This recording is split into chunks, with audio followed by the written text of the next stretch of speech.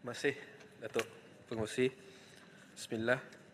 Terima kasih kerana telah memberikan saya ruang dan peluang untuk turut serta dalam perbahasan peringkat jawatankuasa pada petang ini.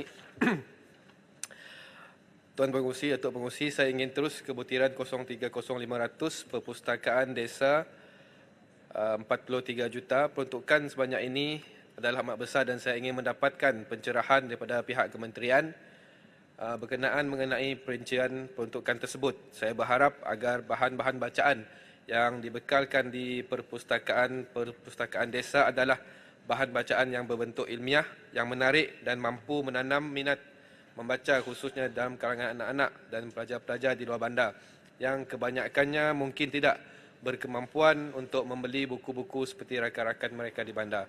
Saya juga ingin bertanya mengenai berapakah jumlah perpustakaan desa di bawah Kementerian Perpaduan yang ada di Sarawak dan daripada jumlah tersebut, berapakah yang terletak di Parlimen Batang Lupa.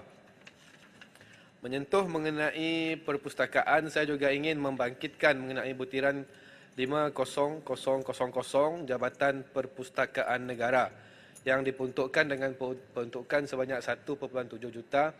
Saya berharap agar pihak Jabatan Perpustakaan Negara dapat melihat kepada keperluan untuk membaik pulih perpustakaan di Kampung Pusa, Parlimen Batang Lupa yang kini terpaksa menumpang di Dewan Kampung Tengah Pusa. Saya berpendapat bahawa lebih elok sekiranya perpustakaan ini mempunyai bangunannya sendiri supaya ianya lebih kondusif buat pengguna yang ingin menggunakan kemudahan perpustakaan tersebut. Seterusnya, saya ingin membangkitkan mengenai butiran 17300 Pusat Rukun Tetangga yang diperuntukkan 1 juta. Saya ingin bertanya kepada kementerian mengenai kriteria dan juga syarat penubuhan Pusat Rukun Tetangga dalam sesebuah kawasan rukun tetangga. Saya ambil contoh umpamanya di parlimen saya di Kampung Pusa yang mempunyai banyak KRT yang ditubuhkan. Apakah kriteria yang boleh untuk di sesebuah kawasan untuk menubuhkan pusat rukun tetangga bagi memudahkan koordinasi program-program yang dianjurkan di kawasan-kawasan tersebut. Seterusnya, saya juga ingin mendapatkan penjelasan kementerian mengenai butiran 020200 Perhubungan Masyarakat 1.86 juta dan 020300 Pembangunan Masyarakat 2.65 juta. Saya ingin bertanya kepada pihak kementerian mengenai apakah perincian program-program yang akan dilaksanakan di bawah kedua-dua butiran ini. Saya yakin ianya bakal melibatkan pelbagai aktiviti kemasyarakatan.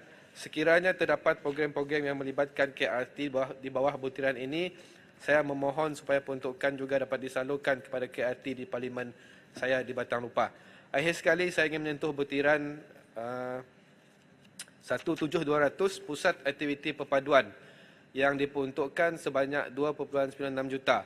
Untuk makluman Dewan Yang Mulia, dari segi demografi, kawasan Parlimen Batang Lupa merupakan kawasan luar bandar Sarawak di mana ianya dihuni oleh pelbagai penduduk berbilang agama dan kaum. Oleh yang demikian, eloklah jika pihak kementerian dapat mempertimbangkan pembinaan sebuah pusat aktiviti perpaduan di Parlimen Batang Lupa dan saya yakin pusat ini akan dapat membantu dalam memupuk amalan perpaduan dan sifat toleransi dalam kalangan penduduk di kawasan ini. Sekian, terima kasih. Terima kasih. Saya jemput